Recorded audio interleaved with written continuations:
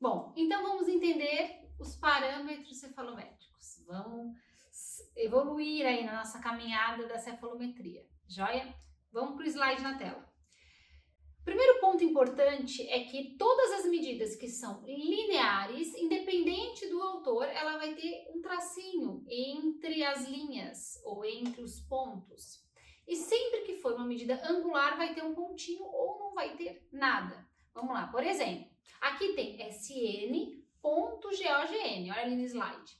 SN.GOGN, quer dizer, é uma linha entre uma medida angular entre a linha SN, então aí aqui entre os dois pontos SN não tem nada, ó, linha SN e linha GOGN. Então é o ângulo, que tem um pontinho entre essas duas medidas.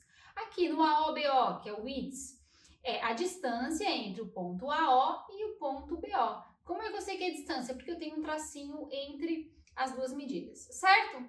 Isso só para a gente poder entender, interpretar e não confundir as medidas. A partir daí, a gente vai se preocupar em fazer o nosso diagnóstico cefalométrico para, junto com as características clínicas, fazer o nosso planejamento. Lá no final vai ter uma aula de interpretação cefalométrica na prática, a gente vai poder entender um pouquinho como juntar tudo isso para depois poder executar o planejamento propriamente dito no nosso paciente. Joia? Ponto importante, quando a gente está falando em análise cefalométrica, é importante extrair dessa análise cefalométrica, ao final entender o padrão esquelético, o padrão dentário e a direção de crescimento, o padrão de crescimento daquele indivíduo, tá?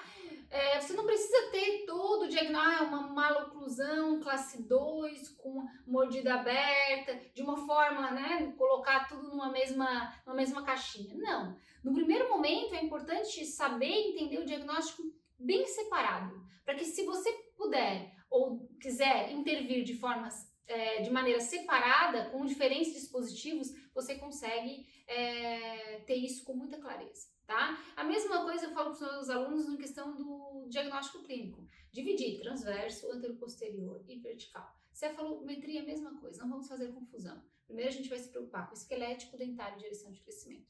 Além disso, na teleradiografia lateral, a gente também vai conseguir identificar o perfil mole, se eu tenho interposição labial, se eu não tenho, né? Como é que está essa relação entre os lábios e as vias aéreas. De uma forma mais ampla, tá? Um pouquinho subjetiva, não tão discriminada, não, a gente não vai precisar medir, mas a gente precisa ter uma ideia, vias aéreas para poder encaminhar, e perfil mole é uma ferramenta coadjuvante se a gente não viu alguma coisa lá no nosso exame clínico, na teleradiografia.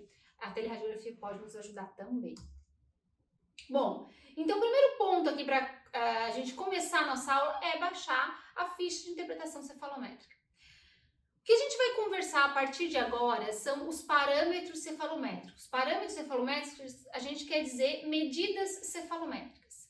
Então, voltando lá, cada autor fez as suas medidas. Aqui a gente vai fazer a análise cefalométrica ortopédica, certo? Na verdade, é um compilado de medidas para a gente chegar no nosso diagnóstico e no nosso planejamento.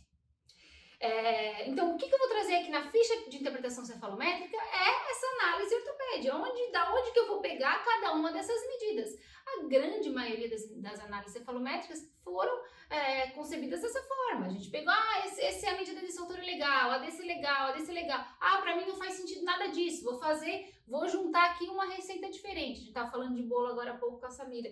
Lembrei de falar de receita, é mais ou menos isso. Essa análise cefalométrica que a gente vai conversar, esses parâmetros, é a minha receitinha de bolo para interpretação em cefalometria, quando a gente está falando em pacientes em crescimento. É isso que eu uso no meu dia a dia.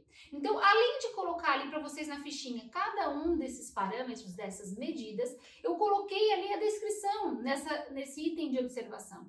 Nessa fichinha você também vai observar que tem sempre valor inicial e valor final, porque eu gosto de comparar o efeito do meu tratamento naquele